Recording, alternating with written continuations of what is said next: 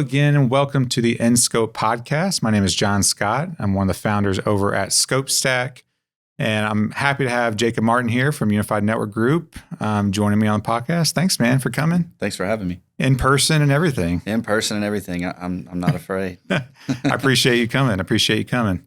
Well, hey, I want to talk to you because we've talked about this kind of just in a bunch of different scenarios, but you have a growing MSP. You're doing all the things, right? But what you and I have talked about is that customer like success piece is extremely important to y'all and your clients having like a great experience and all that stuff.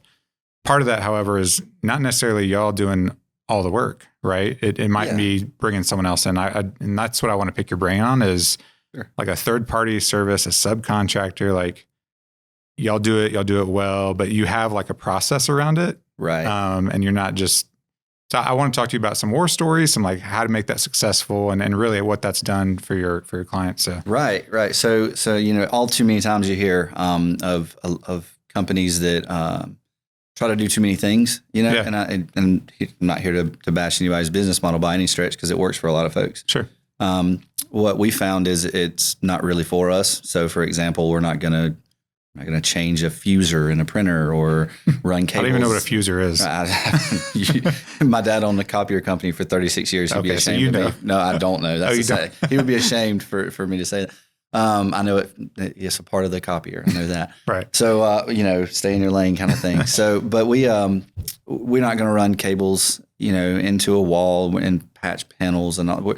It's just not what we do at the best, So we try to, we really try to master our craft. And so we're not afraid to reach out to third parties and build relationships, which is the key piece, right? Is once you know that you have someone that's trustworthy and that do a good job, why would we not give our customers the best? Because think about structured cabling. We'll just use that as an example. And I'll shamelessly plug Nick Bray with Bray Technologies, fantastic. But he it's almost a work of art. What he does, and it's just beautiful. And it's because it's like the thing he does, or this thing he's passionate about, and like you want that for your clients, Absolutely. But I think you hit the nail on the head. It's like, it's a relationship. So I'm pretty sure that you just didn't bring, again, we'll keep talking about Nick because why not? Nick. Yeah, why not? He's not here. He's not. So I'm pretty sure you just didn't like throw Nick into one of your largest clients, say, hey, go do this work without knowing them, right? Like no. Nick's a little is a little bit different than most. I was actually introduced to Nick by a friend. They said, hey, you should meet this guy, right? So he thinks that we could be a good referral partner. So I was like, all right. So we went out and ate some lunch and really liked what he did. We were going to try him out on some stuff at our office. And before that happened, we had a really big mess at another office that wasn't our client at the time. It was his. And he called me and said, I need you to come up here and talk to these folks. So I went up and I spoke with them and turned out to be a really good fit for us. So they hired us and we got to see Nick firsthand, and from there on, we tried him in another office and now he's our go-to for structured cabling. Right. There's other things that, we've ran into, but for the most part, once we find a trusted partner, it really helps us a lot. Yeah, I mean, it's that trust piece there, right? That takes time. Yes. This is not oh crap, we have to get something done for our client and I'm going to go find someone. Yeah. That's not the outcome you want for your clients either. And so that relationship is key. Well, there's certain things you just can't do that someone like another vendor can do, right? So, we partner with a couple of managed print providers, for example. I think that there's no way that we're going to get a copier for the same price that they can get a copy. Mm-hmm. And they know the features more than we know. So why would I not give that to my customer? Yeah. Same thing with other things, web development. We got a couple of guys on staff who can build a website, but do they build it well? Do they build it as well as, say, Common Agency? Probably not. Yeah. So we want to give our customers the best. And I'm not afraid to do that once I know the partner that I'm working with. Yeah. I mean, I think there are like a few things to kind of pick through on that. And like one, I think it takes a certain level of like maturity and confidence in your business and how you deliver and like the outcomes you're trying to give your client to say, hey, we could do that, but this is not going to be the best experience for you. Like, let me recommend someone to you. Like, we have a trusted partner, right? And we've vetted them. Right. That's the other piece is like your end customer doesn't have to go find this person themselves. Even if you don't do it well, like you can be that funnel and say, yeah, like I know what to look for in structured cabling, right. You know, even though I may not be good at it, I know what is not good. Right. You know, and so I'm sure you've seen some war stories too around like, oh, absolutely. You know, working with a third party and it did not work. Yeah. Yeah. We've definitely seen some war stories. We've ran into some stuff. We'll just stick with structured cabling again. You know, we ran into a problem where we couldn't get, he's so booked up right now. It's crazy, you know, yeah. But that industry is booked everywhere. Yeah. So we knew a few and we called a few and then we, all were too booked out to do a, you know, 4 drop, office. And they were like, you know, if it was 20 drops, we might move something, but you know, 4 drops can't really do it. So we found a guy that, you know, we said, okay, well, we're going to go and kind of babysit him. Well, we gave him a shot. We babysat him and just so happened that one of the people that were there for us had to leave, and said, you know, I'll be back. It was 5 o'clock. He'll be back in the morning.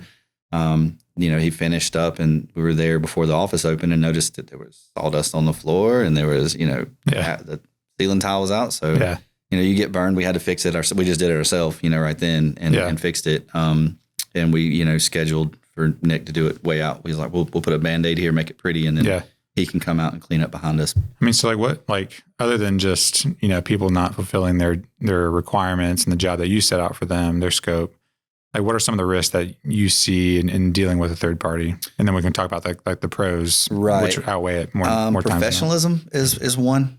You know, we try to present ourselves in a very professional way to our customers and we have to hold our vendors to that same standard. Yeah. And sometimes that's, you know, has in the past, you know, you might run into that, you know, depending on what the case may be, you know. I try to provide any solution that I can, whether it's, even if it's not necessarily technology driven, or maybe it is technology driven, but it's not actually a technology service. They need a digital sign, right? Whatever. I have partners with many, many different industries. So I try to pull those guys in and you never know what kind of industry they're coming from. Maybe they're coming from another job site where they were wearing, you know, a hard hat. So they may be covered in sawdust and walk in your customer's office. We can't, you know, we don't want to do that, you know? Yeah. So I think it's like your brand, like portraying your brand consistently across. Right. I mean, that is difficult, I would imagine, for sure. It can be, but once you find the right partners, then you can. They get it, and you just tell them this is what our standard is, you know, and you know, most of the time they don't betray that, you know. I try to build the best relationship I can with them, and all of it goes back to make sure that our customers are taken care of the best way they can. Really is the end goal. Yeah. Sure, I like helping people grow their business, you know, other people, but at the end of the day, I want the best customer service possible. Yeah. That's what we expect from our team. So why would we expect any less from a third party? Yeah. You know?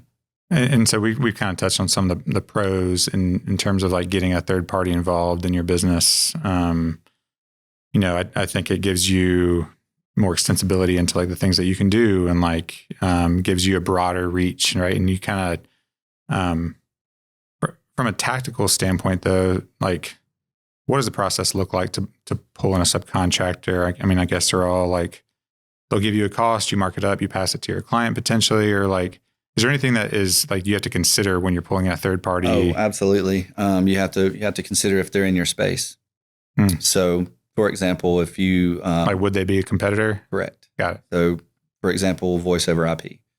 We put a voice over IP vendor in a long time ago. This was before my time at UNG, and they ended up undercutting our price, stealing a customer. So, you know, shame on me, you know, kind of thing. But well, shame on them. I wasn't here yet. Yeah. but yeah. And you know, a lot of times you'll see that with voice over IP folks. You'll see that with printing in our space, in the MSP space. You'll see printer companies or, you know, managed print companies, voice over IP companies. You'll see security companies that do access control and cameras. So it's really important to find out what is in their wheelhouse. Yeah.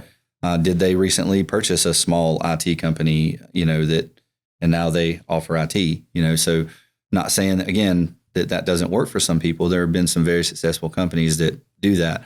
What I've found, though, is that a lot of the times, more times than not, when we come in behind them, they do one thing really, really well, really well. Yeah. And then the other thing is done pretty good, but it's when you're working with, cybersecurity world, you don't want pretty good, you want excellent, Sure, yeah. So we stay in our lane in that. If we're going to do training to learn something, to learn anything, it's going to be what we do best. Full on. Yeah, we're going to go head on to it. We're not going to learn how to, run cables or do those things. We want to make sure that we're spending our time focused on what we can benefit. When you bring in like a partner and a third party, you create a contract between the two of you that has language that says, hey, you won't go try to take our clients, or like do other MSPs do that? It depends on the industry, really, that you're bringing in and the person. Like I know for a fact that the people that I'm working with wouldn't even try that. But the people I work with also don't dabble. They just don't dabble in IT. Yeah. So they're not really a competitor. There's really no reason to worry with them. I won't bring in another MSP. Yeah. If they offer managed services, they're not even an option for us right now. Sure. It's just not smart. Yeah. Well, I mean, I think, again, like we've hit on this and we said it a couple of times, but that relationship piece is so important, and it's not something it's not something that's built overnight. It's not something that's built maybe even on one project, and so hopefully if you can build that trust and that rapport, they understand your culture, they understand the culture that they need to portray to your clients. You have a mutual understanding that you won't compete against each other, and you won't try to steal each other's customers. I think, do you all typically provide so say you're doing structured cabling, will you provide an overlay of project management on top of that? Like, what is the value that an MSP brings if they're bringing in a third party? Right. So, if we're going to use structured cabling again, basically, let's just use a new building, for example. We'll get the drawings from the architects, and we will design the network infrastructure all the way down to how many data drops are in each wall, behind each cube, whatever. Because you have to understand the whole project, right? Like you understand, and I think that's the piece to your client is like, hey, I have a new building. I don't really know what's going to go in here, so you tell me. Right. So that's what pretty much that. Yeah, we will go in and say it's a physician's office, for example, and you go into we did a pretty massive ophthalmology office. Well, they have a lot of equipment that may not run off of data right now. Maybe it's a USB to a computer right now, but that doesn't mean 5 years from now the technology is not going to evolve to where you use that, use plan for the future. Right? So we try to plan for the future, and we'll go in and say, okay, well, you have a phone in here, you have a computer in here, you have a printer in here, and you never know if this machine's going to be, run off of Ethernet. So let's put a quad on this wall, wherever they tell us they're going to put the equipment, right? Yeah. Or you're only never going to have anything besides a phone in this break room. So let's put one data point here. So all that drawing, the wireless coverage, all of those things, we bring all that to the table, and then we work alongside with the structured cable and vendor to make sure that that's what's on his drawings. He then goes and pulls the cable, and we, during the process, walk the building. We're in the process of check it. Right. I mean, we're in the process of like 4 or 5 new buildings right now, and we have to walk those about once, or we will walk all of them about probably once every 3 weeks to make sure that everything's where it should be. So you get to be like that technical quarterback, if you will, the VCIO role, sort of thing, is like, the outcome you're trying to achieve for your clients, or that the client's desire. And then you get to be the person that coordinates, right? Whether you deliver that internally, whether you deliver it through a third party, like that's the value that any MSP plays should be playing. Sure. Right. When you're bringing in third parties is making sure that all those requirements are met. Right. Absolutely. Yeah. And in that process, you'd be surprised how many different people you meet that you can also give to your customers. I mean, it's not always like with unified network groups, we're not always only looking for that technology piece. We want to be a business partner. It's a big difference. That's cool. Yeah. We don't want somebody to call us when something breaks. We want to prevent things from breaking. And sometimes you have to do things way outside the scope of technology, even down to the point of, hey, I know someone's going to build a new building. Let me give you these 3 contractors that I've worked with in the past who do a really great job coordinating with us and our structured cabling vendor. And then they interview them, maybe they use them. If they do, then we just gave them something that they never would have. Because y'all get to see all sorts of stuff, right? Behind the scenes. Yeah, you never would have thought an IT company is going to recommend a general contractor for a industrial building or something, Yeah. But we do all the time. I love to be that resource for anyone I can be. Helping people is my favorite thing to do. So if I can find a way to help someone, and it's not with IT, that's even a bonus, on top of my favorite thing to do, which is help people with technology. Yeah. So. That's cool, man. So give us some practical, kind of very tactical stuff. Like I'm an MSP. Again, we kind of set this scenario up earlier. I can't do, we'll just keep talking about structured cabling because why not?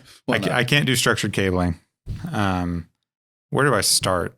Where do I start? Give some practical stuff that an MSP can use based on things that you've learned.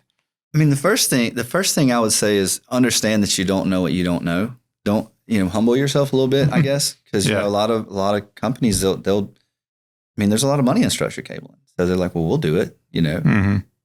How much time? You can tell the people that know how to do it and the people that just did it. How much time are you spending on that? Yeah. If you think about it, like a structured cabling job, the amount of time that you're spending on it, how much are you really making off of it? Number one, right? Or anything else for that matter. Any other thing you're not a specialist at, right? Yeah. You're finding your way through it. So first off, humble yourself and realize that there are better people for that job, right? But after that, I would say test it on yourself.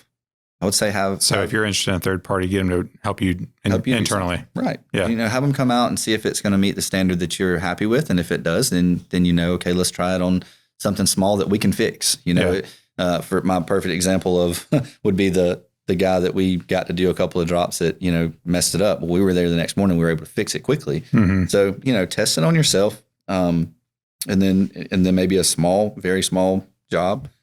I would recommend that. Test them on clients you don't like. Absolutely. Not that y'all have those. I have 3. No, I'm just kidding. No, we have great relationships, and that's another thing, that I would highly recommend at any MSP kind of off topic. Know who your customer is before you introduce a third party. Know who your customer is. Yeah. And be selective in your customer onboardings. If they're not the fit, don't do it for the money, because a bad customer can completely dictate how your employees see working at your company. Yeah. They can, deter your third-party vendors from helping you. Well, I'm not going to another jerk's office, so you got to be careful with that kind of stuff. But know your customer. You got to know your customer. Otherwise, you could end up in a situation where a third party does kind of creep in and take something down the road. Say they decide they're going to start working on MSP stuff or something. But, if you have loyal customers and good customers, you don't really have to worry about that as much. Yeah. But I would say try on yourself. Always try on yourself first. Got it. And then slowly crawl, walk, run. Yeah, sort of thing. Yeah. There's no reason. Or, find some, if you take on a customer, we've found a couple of vendors, we've taken on customers who had a good vendor already doing something, know. And then the next thing you know, you're like, hey, these guys do a really great job. Let's give them a call, Yeah. We found a couple of really good vendors that way. Yeah. So I would say, pay close attention to who you're working with, and find out what their culture is. Yeah. That's a big deal. That's a good call out. Yeah. Both from the customer side and the third party side. Right. Well, hey man, I knew you'd have some good insight on this. One, just because y'all treat your customers so well. And then 2, that relationship piece of it I know is important to you and important to your whole team. So I thought it'd be interesting insight. And again, I think I've said this 10 times, but it's not an overnight thing. You got to start, right? Right. Don't make this an emergency thing, because that never works out. No. And it's a big deal to have, we do things a little different too, because we have smaller teams. We don't have help desk. We do support teams. So our support teams are really in front of those guys a lot. So it's important to pay attention to the work they're doing. And it's hard to do that if you're not. It depends on your structure if it'll fit. If you have a help desk who's doing 50% of your work, somebody's calling in, getting some random person, they're fixing your problems. Right. They're not going to see what that vendor's doing. You know what I mean? Yeah. If you have somebody who goes on site once a month or something, that business model works for a lot of people, but that's not going to, I don't think will not yield the same results as having a small support team who's in front of those customers all the time like we do. I mean, you got 3 or 4 people that deal with the same 12 customers. They're going to know that building inside and out. They're going to know every person in that building. So they're going to hear feedback about those vendors. Like, oh, well, so-and-so didn't do such a great job. Okay, well, let me rectify that. Yeah. Make a phone call. It's a small world. Yeah. So treat everyone well and, do a good job and, everyone will be happy at the end. But right. It's all about people being happy, man. Yeah, that's it. So tell me, if anyone wants to talk to you more about this, work with you, partner with you, like where can they find you? Where can they find more about UNG? Yeah, I mean, you can go to our website just at unifiednetworkgroup.com. There's a Reach Us tab on there. It's probably the best way to get in touch with us. That comes through most of the time. It comes to me pretty quickly when someone submits something. And you can always reach me. Just my email. It's just jmartin@unginc.com. Happy to talk to anybody there. LinkedIn. You got that on LinkedIn? I got LinkedIn. Yeah. I'll chat with you a good bit on LinkedIn. Yeah. So, you can definitely find me on LinkedIn. I mean, I'm always happy to talk people through it, and I'm happy to give anybody else vendors that, I love my vendors. I'm happy to share the love, Right. Don't take my scheduling away from me. No, you don't want that. Well, cool, man. I appreciate you hopping on here and just sharing some of your wisdom and things that you've learned and experienced. So, thank you all for listening in on the InScope podcast. Again, this is John Scott. If you're interested in finding out more about our podcast, you can go to scopestack.io/podcast. And again, if you're just interested in what we do in general at ScopeStack, feel free to go sign up for a free account at scopestack.io and poke around and see what we have to offer. So thanks again for joining us on the podcast. We'll catch you out there.